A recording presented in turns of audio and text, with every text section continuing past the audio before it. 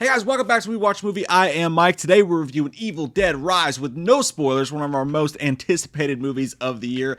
I fucking love the Evil Dead universe. It's a 5 for 5. It's a win. You can just get that out of the way right now. And when I say 5 for 5, I mean this franchise does not miss. Evil Dead, Evil Dead 2, Army of Darkness, Evil Dead 2013, Evil Dead Rise, they are all good movies. I'm not ready yet to say where this ranks amongst the other Evil Dead movies, because I will say, if anything, it might be the least original of them. And what I mean by that is it takes a little bit out of every movie for the most part, mostly from the 2013 film as far as like the vibe of the whole movie goes, just everything from the cinematography to the way they use the gore and things like that, the tone, but with a little bit more goofiness to it, I would say. It's got a touch of that little Evil Dead 2 if you're watching closely enough for it.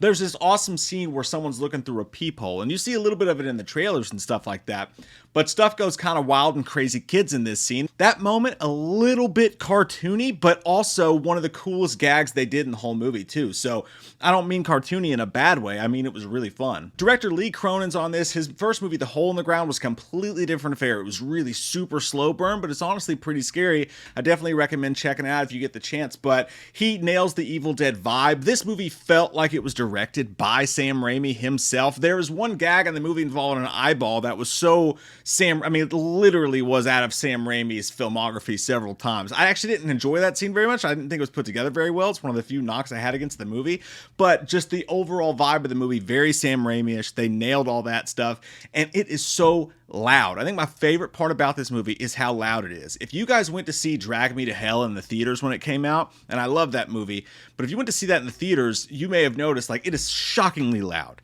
Every single scene where shit pops off is just kind of hurts your ears, and I love that in a horror movie. That's part of the reason this feels like such a Sam Raimi event, because I know that he likes to do that, and definitely got Lee Cronin to do that here. The movie's gory, but I'll say this, it's not on the level of 2013's Evil Dead as far as the torture that people go through. Now, people go through some wild shit, don't get me wrong, and I think that this is another situation where it's just, man, I don't think we realize how hard that trailer actually went. I saw it 1,000 times. It was in front of every movie I saw. The movie's been well marketed, but that trailer had a lot in it. It had the scalping in it. It had the wine glass through the neck scene in it. It had the tattoo eye gun in it. It had a lot of the movie's, the cheese grater obviously was in it. It had a lot of the movie's best gags, at least hinted at within the trailer.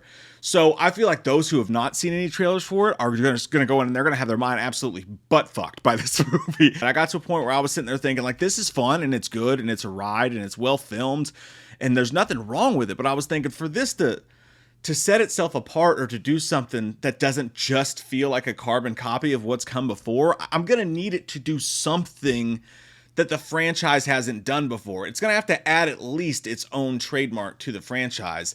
And then in the end, they did. As a horror movie on its own, it is an awesome movie. It's a must-see. It's a film for horror fans. Like fans of the genre, Evil Dead Rise is made for you. And I think everybody else is going to have a ride with it too. Because it's scary in spots, it's gruesome in spots, and it's just well made, and it's fun and funny in spots. It's got all the trappings of an Evil Dead movie. There's something about when you watch this horrific shit happen. I don't know why I said it like that. Horrific.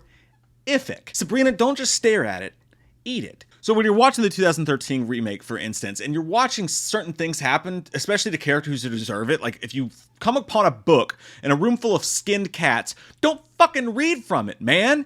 You deserve what you got. But when you're watching stuff happen to adults, it's like you can laugh at it and be like, oh man, this is crazy. It's kind of like the dog syndrome. Whenever you see a dog in a horror movie trailer, everybody's like, nothing better happened to that fucking dog. And you don't care if the people in it get skinned and cooked like chicken nuggets. Kids have been in horror movies since the beginning of the time. And I'm not knocking the movie for this. Hear me out. Kids have been in horror movies since the beginning of the time. They've been an integral part of some of the best horror movies. The Exorcist, Poltergeist. But in the Evil Dead franchise, this is the first time we've seen kids go through this. So some of the fun of really not giving a shit about a character who probably sort of deserves what they're getting is taken out by these things happening to kids. And I'm not saying who survives or who lives or if anybody lives or if anybody dies. You're like, well, they're fucked up for life. And it's just, I don't know, it took some of the joy out of it for me. And there was certain stuff that the littlest girl would go through, especially. Maybe it's just because I have a 7-year-old. And again, this is not a knock on the movie. I'm just talking about my personal enjoyment. I was like, that's a little rough for me to watch that. You know what I mean? And I'm not saying that the 7-year-old goes through torture, but this whole movie's torturous. Even if nothing happens to you physically, you watching it happens torturous. But them being younger and it being kids did take away from some of that gore glee that you get from watching an Evil Dead movie and the shit happening to people. That sounds just kind of fucked up, what I just said. I don't know. It's somewhere in between. Like, I normally enjoy watching people be filleted. And I don't think it made the movie scarier. I don't think this is a super tense movie. I think there's like 2 or 3 spots where you go, oh, that was kind of fucking dark in the nutsack, and it gets you a little bit. The opening of the movie is so good, and I love that it's separate from the rest of the movie, and you can see that from the settings in the trailer. But the opening of the movie goes fucking hard as shit, and I loved it. I love the way that they brought up the title and the music when it hit, and just that whole scenery and the way it all looked. Gorgeous, beautifully shot, punk rock as fuck. I just love that. I love how loud the movie is. I love how fast it goes. The intensity and the pace of this movie is just nonstop. I did love the way they brought the book into this one, the way it was found, the story behind this book. It was just different enough. They kept the classic vibe of the reading of the book, but they added a couple new little spins on it that were really good. And the acting's great in the movie, from Lily Sutherland to Alyssa Sutherland. Fuck, their names are too close yet so far apart. They're hard to say together, but they were both amazing as sisters in the movie. And I mean, you guys know the plot. I don't have to go into all that, right? They're sisters, and someone finds a book of the dead, and the Deadites come after them, and the mom gets possessed, and the sister's trying to protect the children from the mom. And it's a fucked up dynamic. It really is. To have a mom be trying to just deadite her goddamn children, it's a weird thing that it does to your brain when you're watching it. In right spots, there's certain spots where it's like, okay, this is almost too fucked up for me. The fact that this kid is having to watch their mom say this fucked up nasty shit to him and run around the house just, trying to dismember fucking everybody. And the little girl, Nell Fisher, she was great. I think you're going to see her again and stuff. Man, what a trooper. What a trooper. Yeah, so I absolutely loved Evil Dead Rise. I think every horror fan should see it. I think every Evil Dead fan should see it. Is a movie like this missing a character like Ash? Sure, it was. I mean, the remake was missing Ash, and it still ruled ass. Yeah, that's what I meant to say. But Alyssa Sutherland specifically is really great, and when she's possessed by the Deadite, is pretty over the top in moments, and she really gives you that over the top performance that's pretty fun to see. And I'm enamored with her. Like, just the whole look of her being like, there's just something different about her as a person. I can't wait to see her in more stuff. Did that sound weird?